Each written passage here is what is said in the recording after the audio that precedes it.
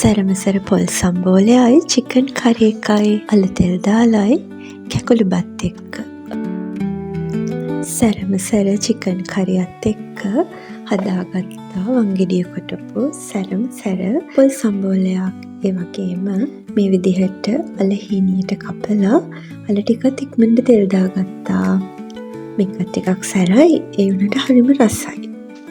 අපි බලමු මේ ඔක්කොම එකතු කරලා කොහොමද අද කෑම පිඟාන ලස්සන කරගත්තේ කියලා. මම අද හැදුවේ මේ ඔක්කොටම ගැලපෙන්න කැකුළු බත් එකක් තමයි අද හැදුවේ. චිකන් බෙදාගෙන මේ වගේ චිකන් ග්‍රේවි ටිකක් හොඳට දාගත්තා. ඒ වගේම සම්බෝල ඊට පස්සේ බෙදාගත්තා තෙල් දාපු අල. මම ආසම මෙනු එකක් තමයි මේක. අද ඔෆිස් දවසක් නිසා දවල්ට ඔෆිස් එකට ගෙනියන්නත් මේ ටිකම ලෑස්ති කරගත්තා. ඉතින් මෙන්න මෙහෙමයි අද කෑම පිඟාන බෙදාගත්තේ. තවත් දවසක මේ වගේම ලස්සන කෑම පිඟානකින් හම්බ වෙනකන් ගිහින් එන්නම්. හැමෝටම සුබ දවසක්.